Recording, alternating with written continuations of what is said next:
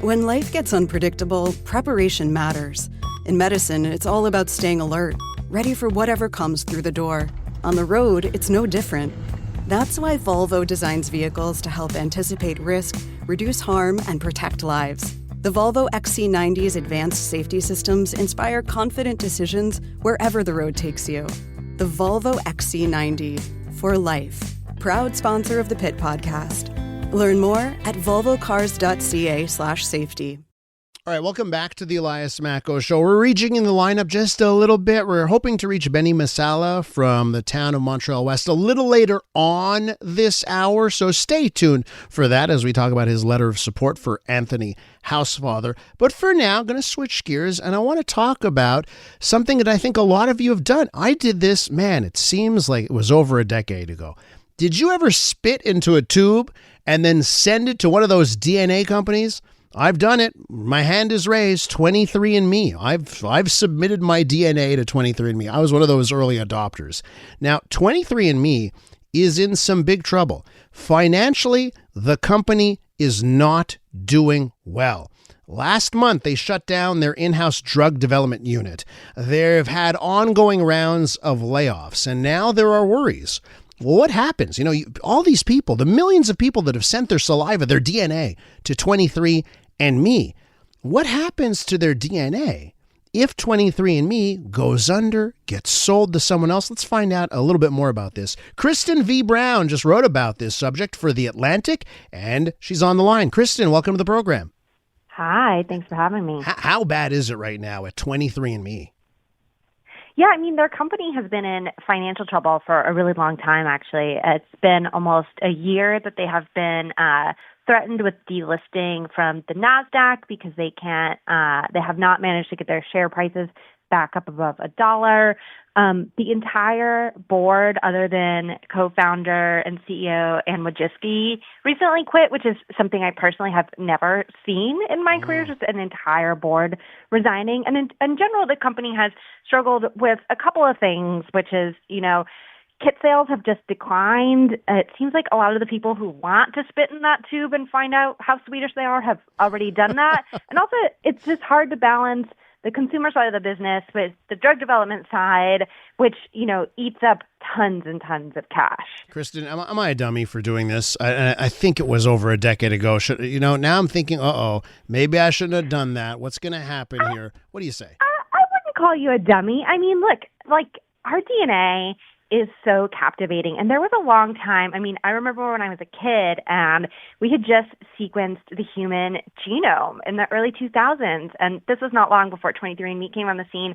And people told us, look, your DNA is who you are. It has all the secrets of you in it. And so, of course, millions and millions of people wanted to spit in a tube and find out who they are, find out things about their ancestry, their health, whether there's a genetic reason they hate cilantro, all that stuff. So, the idea of, just spitting in a tube and finding out who you are, I think it's enticing. So, no, I don't think you're a dummy. Well, obviously, that was part of the reason why I did it. I thought it would be fun, and now I hear all these stories, right? People that maybe have even had their families blown up when they get information from these services like 23andMe, and they're like, oh, wait a minute, my dad's not my dad, or my mom is not my mom, stuff like that. Do you think any of those types of stories may have played into the fact that seemingly the business is dried up and there's not that next slew of people lining up to get these services?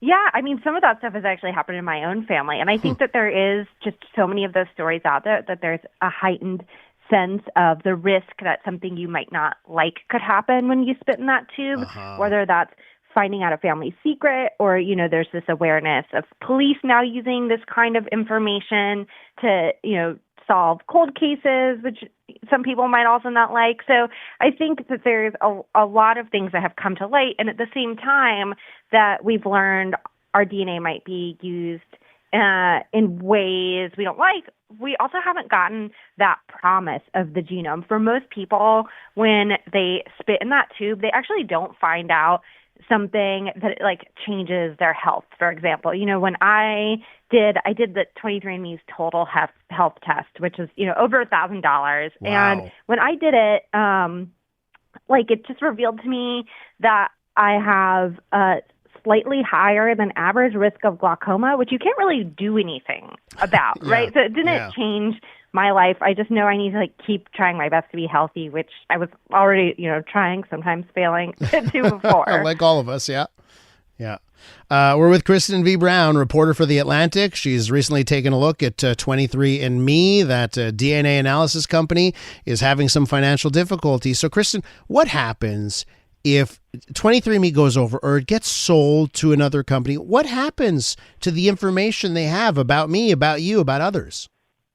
Yeah, I mean, it's hard to say what is going to happen to the company right now, right? They're in a really tough financial position. CEO Anne Wojcicki has said she wants to do everything she can to take the company private herself, to buy it back, basically. But what I can tell you for certain is that in their terms of service, it says your DNA is an asset. And that asset would, if the company were sold, the DNA that, all of us have given the company would be sold right along with it. Whoever purchased the company would have to abide by the same privacy policy, but only until they decided to change that policy. So they could give notice, and you've probably gotten a jillion of these emails in your life, something that says, we're updating our terms and conditions, and it has a bunch of, dense lawyer kind of stuff, and you don't read it. So they could do that and send it out an email like that and then change their policy, right? So I think that because this information is not protected the way, for instance, medical information is in the United States, there's a lot more risk of it being used in a way you might not be comfortable with. Would you recommend to someone, because I think you can go to your account online and have them request that they delete your information. Would you suggest to someone right now that has their stuff with 23andMe, because we don't know what the future holds, to do that? I mean, I think that's a personal decision, but I would offer a caveat, which is you can request that the company delete your information. But if you have opted in to them using your data for research, for example, they won't use your data for future studies, but your data that has been used in past research, they will still keep on to. That's an exception to that rule. And also, there's laboratory regulations that actually require them to hold on to some of your data for quality assurance reasons for a number of years. So you can request it be deleted, but it doesn't actually always get fully deleted anyways. Kristen, I got a note from a listener. Send us a text message while we're talking. I did 23andMe during COVID. I found my birth parents after 49 years. It ended very well. I have a relationship with them now. And every time I talk about these services, I get stories like that, both good and bad, on how it can affect people's lives. Yeah, and I think that's the thing, right? This information is powerful. And when you buy something in a Black Friday sale for $60, it doesn't always delay that power. You're thinking, oh, this would make a great gift for mom, not am I going to open up, this whole new chapter in my family life, right? Yeah. So I think that that's the thing we can all remember is this is powerful information, right? It's literally the code of you. And so no matter what you do, it's important to remember how powerful it is. Kristen, you're a great talker. Thanks so much. You come back anytime, okay? Thanks so much. All right. Kristen V. Brown, you can read her story about 23andMe on the Atlantic website.